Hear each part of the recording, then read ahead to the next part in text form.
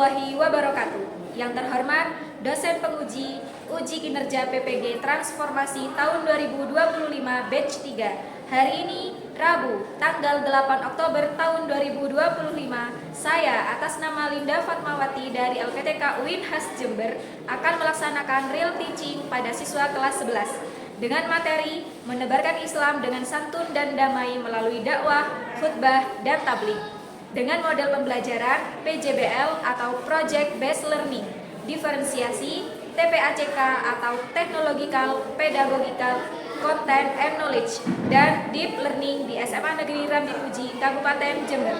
Semoga dengan praktek video pembelajaran real ini menjadikan saya sebagai guru profesional. Terima kasih. Wassalamualaikum warahmatullahi wabarakatuh. Baik, Assalamualaikum warahmatullahi wabarakatuh. Waalaikumsalam warahmatullahi wabarakatuh. Bagaimana kabarnya kalian hari ini? Baik. Baik, alhamdulillah. Oke, perasaannya kalian hari ini bagaimana? Bahagia. Ada yang sedih kah di sini? Tidak. Ya, sebelum kita memulai pembelajaran, mari kita menyanyikan lagu Indonesia Raya dulu, menanamkan nilai nasionalis pada diri kita semua.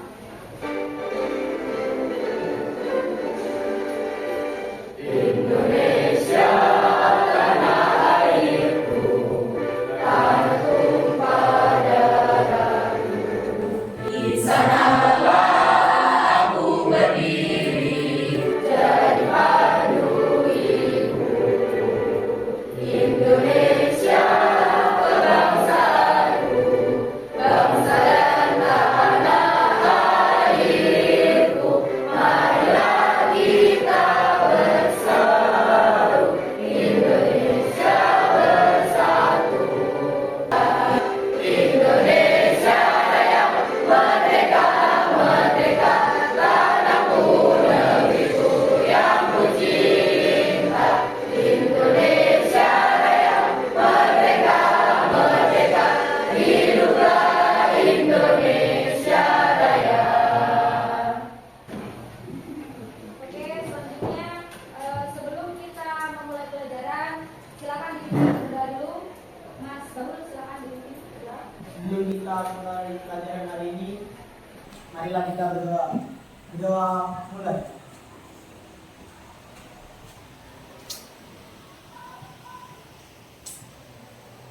Berdoa selesai.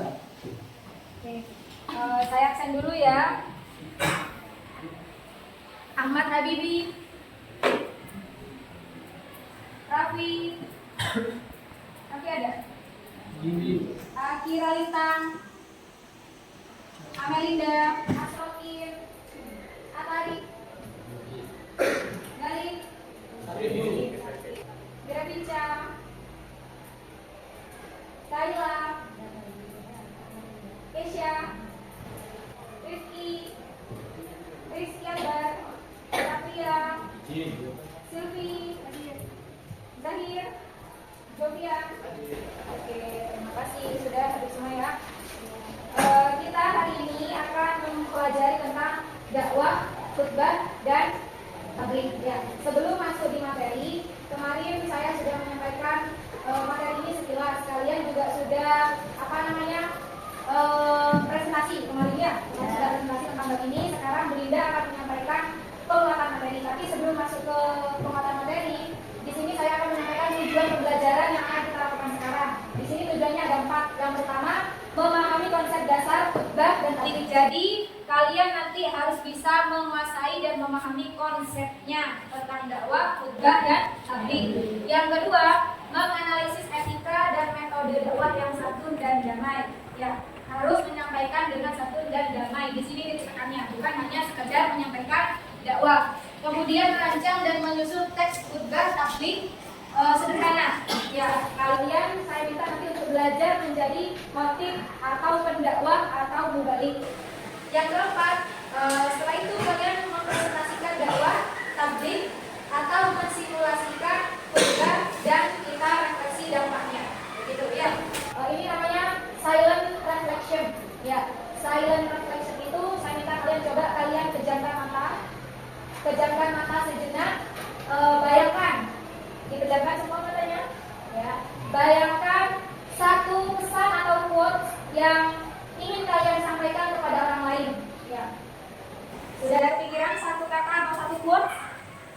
Sudah? Renungkan bagaimana perasaan kalian saat menyampaikan dan menerima pesan kebaikan tersebut.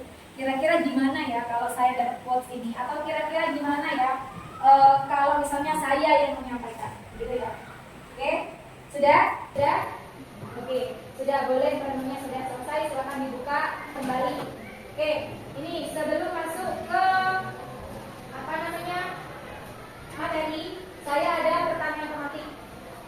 Bagaimana cara kita mengajak teman atau keluarga untuk melakukan kebaikan tanpa terkesan menggurui? Siapa yang bisa menjawab? Saya mungkin. Ya.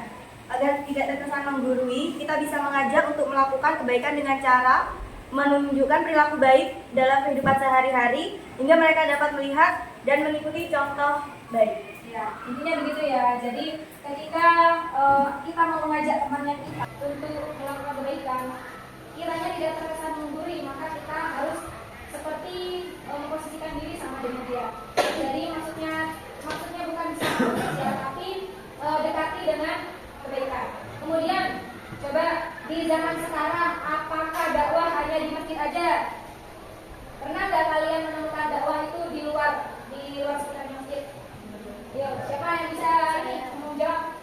Berdakwah tidak harus di masjid, berdakwah tidak terbatas di tempat ibadah saja, tetapi bisa pula memanfaatkan sosial media yang digunakan sehari-hari. Ya, betul ya. Jadi dakwah itu tidak hanya di masjid, boleh di mana-mana. Nanti akan saya jelaskan. Dakwah itu ada banyak metodenya, tidak hanya secara lisan, tapi juga secara perbuatan. Kemudian apa sih pentingnya santun dalam berdakwah? Kenapa sih penting banget santun ketika berdakwah itu harus sopan, harus dengan lemah lembut? Kenapa? Oke. Agar pesan dakwah mudah diterima, menciptakan keharmonisan, membangun simpati dan kepercayaan serta memberikan teladan yang menunjukkan bagaimana yang ditunjukkan oleh Nabi Muhammad SAW. Ya, supaya pesan yang disampaikan itu bisa masuk ke dalam pikirannya orang yang menerima pesan, gitu ya. Kemudian ini, Bu Linda ada contoh dakwah. Contohnya orang yang berdakwah. Coba kalian amati kenapa kok ada di TikTok, kenapa kok ada di Instagram, kenapa juga ini yang tadi berkaitan sama dakwah itu tidak selalu di masjid. Ya, boleh kita menggunakan media sosial ini. Coba. Ada solusinya. Gimana? Nah, sudahlah, tidak usah cemas. Kami bikin jembatan dari surga. Dari sekian contoh yang barusan Bu Linda kasih, dari video pertama yang bisa kita lihat adalah itu ada dakwah yang disampaikan secara humoris. Ya, jadi tidak selalu tegak. Dakwah itu tidak selalu baku, bisa diselipkan humor-humor yang sekiranya bisa menggairahkan pendengar. Kemudian yang kedua itu ada pesan bahwa ada dosa yang tidak diampuni.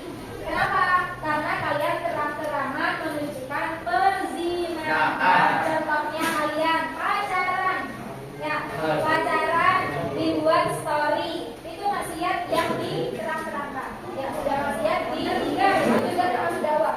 Apa itu Bu? Kenapa kalau yang ketiga termasuk dakwah? Kenapa?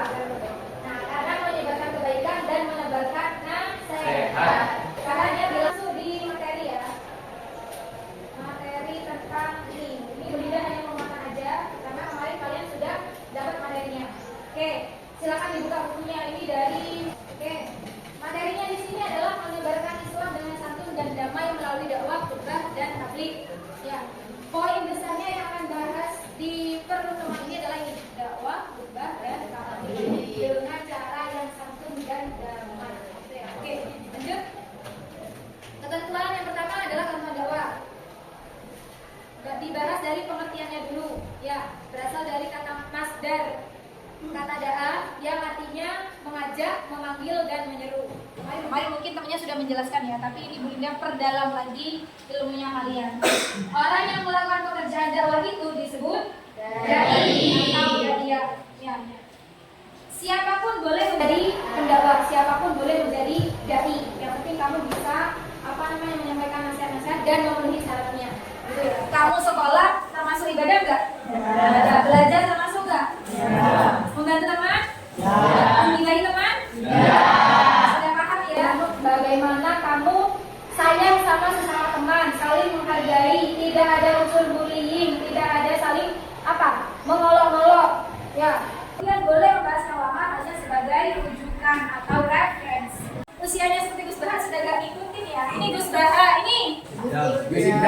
Biar biasanya kalian ikutin sarung saya tren sarungnya itu ya. Ini yang tadi Syekh ya beres. Sekarang khutbah hampir sama kayak dakwah, tapi ada bedanya. Tidak semua orang itu bisa menjadi khatib. Syaratnya yang pertama harus Islam, berarti non muslim tidak boleh. Yang kedua ada. Harusnya kalau ditanya siapa yang pernah ikut khutbah, ya saya. Kalau kenapa? Kamu pernah datang di akad nikah, berarti kamu sudah pernah ikut khutbah. Yang ketiga tabligh, ini lebih luas lagi maknanya daripada dakwah. Jadi yang orang yang menyampaikan tabligh disebut mubaligh. Kalau cewek dalilnya ada di surat Al-Imran ayat 104. Tabligh, tapi tablighnya ada tahap persiapan, ada tahap pelaksanaan, ada tahap konsolidasi. Kalau tabligh itu lebih formal daripada dakwah. Dakwah bisa di mana aja. Dakwah bisa di lisan, bisa dengan perilaku. Itu lebih luas kalau dakwah. Saya akan membagi kalian menjadi 3 kelompok besar. Yang ini saya bagi sesuai dengan gaya belajarnya kalian. Yang sudah kemarin saya kasih angket kalian sudah ngisi, sudah saya bagi-bagi menjadi 3 kelompok besar sesuai dengan gaya belajarnya kalian masing-masing. Ada yang visual, auditori, dan kinesthetik. Silakan berkumpul dengan kelompoknya masing-masing. Kita selanjutnya akan diskusi dan persiapan presentasi. Oke, silakan bergerak.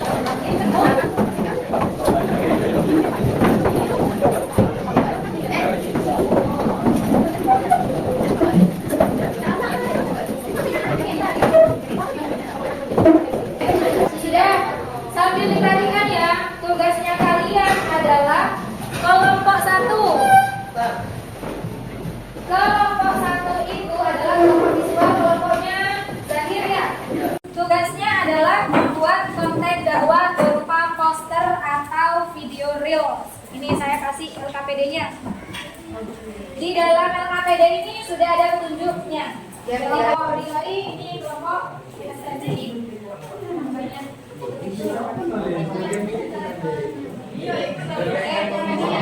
Silakan kalian mulai berdiskusi. Sesuaikan dengan tugas yang ada di LKPD.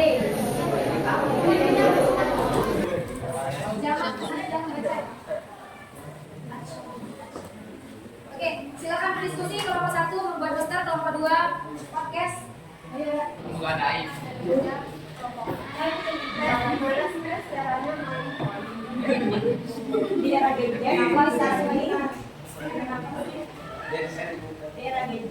Disesuaikan dalilnya juga ya.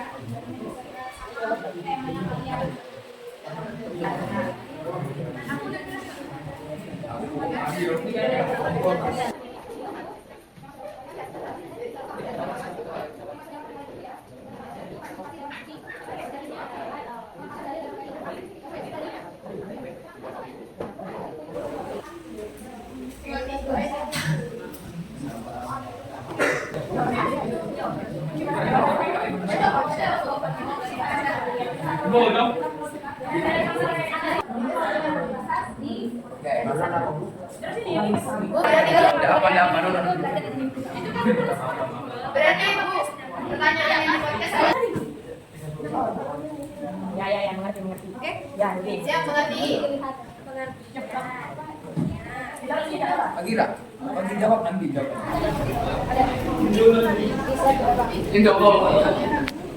Ini saya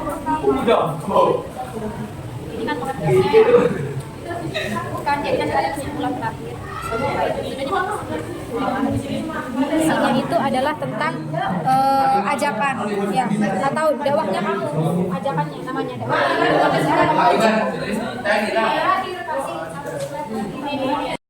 Bapak terima. Iya, kan kamu mengerjakan ini. Gitu, kenapa di remaja sekarang apa nanti di era itu kita gampang banget jadi toksik atau karena honor. Terus standarnya jawabnya sekedar ikut-ikutan tren, tapi ada akar psikologis yang dalam. Pertama, ini soal kegagalan mengelola emosi.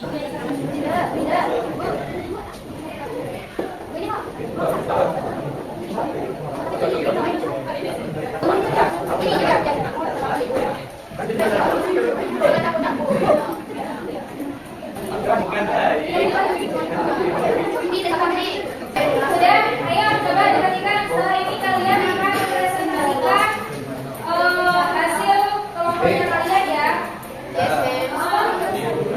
Yang dipresentasikan itu adalah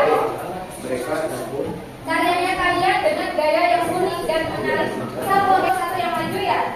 Kelompok yang lain itu memperhatikan konten yang sedang dipresentasikan dan merespon dengan tanya jawab jika ada yang tidak dipahami. Satu aja.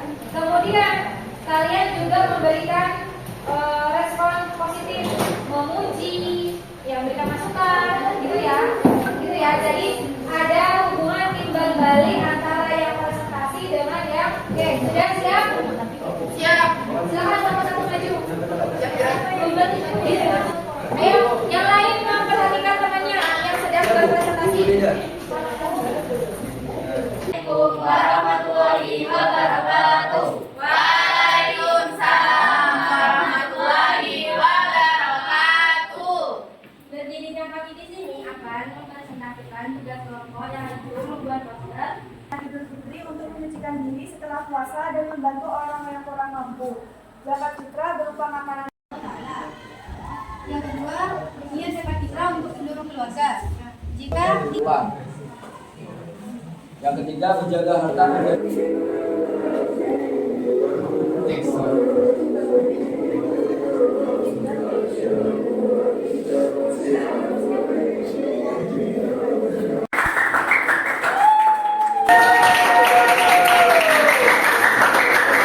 Silakan kelompok 2 boleh memberikan respon dan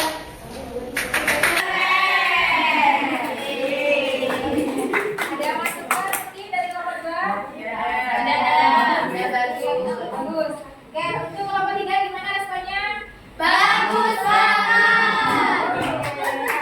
Ada masukan? Ada. Ada masukan? Ada masukan? Posternya kurang cerah. Warna posternya mungkin kurang cerah. Tulisannya kurang membesar. Boleh dijelasin kenapa? Tulisannya kurang kelihatan. Tulisannya kurang kelihatan. Nanti boleh dijadikan sebagai bahan masukan untuk perbaikan ke depannya. Ya. Assalamualaikum warahmatullahi wabarakatuh. Waalaikumsalam warahmatullahi wabarakatuh. Jadi pada hari ini kelompok kami akan mempresentasikan tentang kenalan remaja.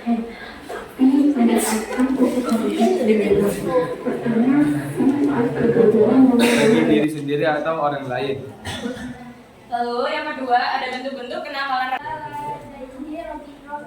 Rotibun atid. Artinya tidak ada suatu kata yang respon dan masukan. Feedback ada umpan balik.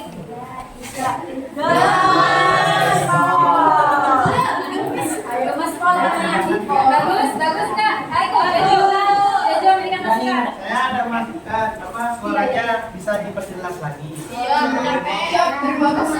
Bukan juga suaranya, tetapi juga tulisannya kurang jelas. Siap, Mas Reja. Subtitlenya Siap. nanti dibuat lebih tajam dan lebih jelas. Oke. Bagus. Kelompok 3. Kreatif banget. Katanya untuk dari kelompok 3. Ada masukan? Sama seperti Suaranya kurang jelas. Oke, suara kurang jelas. Terus Perkenalkan, kami dari kelompok 3 akan mempresentasikan tentang simulasi khutbah. Pertama-tama, apa sih itu khutbah? Khutbah adalah ceramah atau nasihat keagamaan yang disampaikan di hadapan jemaah. Biasanya dalam rangkaian ibadah tertentu dan menyampaikan pesan atau nasihat dan diakhiri dengan doa. Berikut adalah simulasi khutbah yang akan dilaksanakan oleh Bahul sebagai khotib dan Ma'asyiral muslimin wa suratal mu'minina rahimakumullah. Wa an Abi Hurairah radhiyallahu anhu qala Rasulullah sallallahu alaihi wasallam idza qulta li sahibika yaumal jumu'ati ansib wal imamu yahtubu faqad lagut ansitu wasma'u wa ati'u rahimakumullah ansitu wasma'u.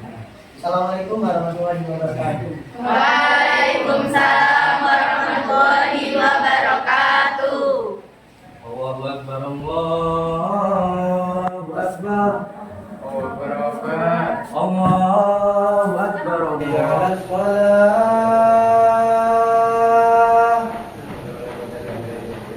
Hayya 'alas shalah.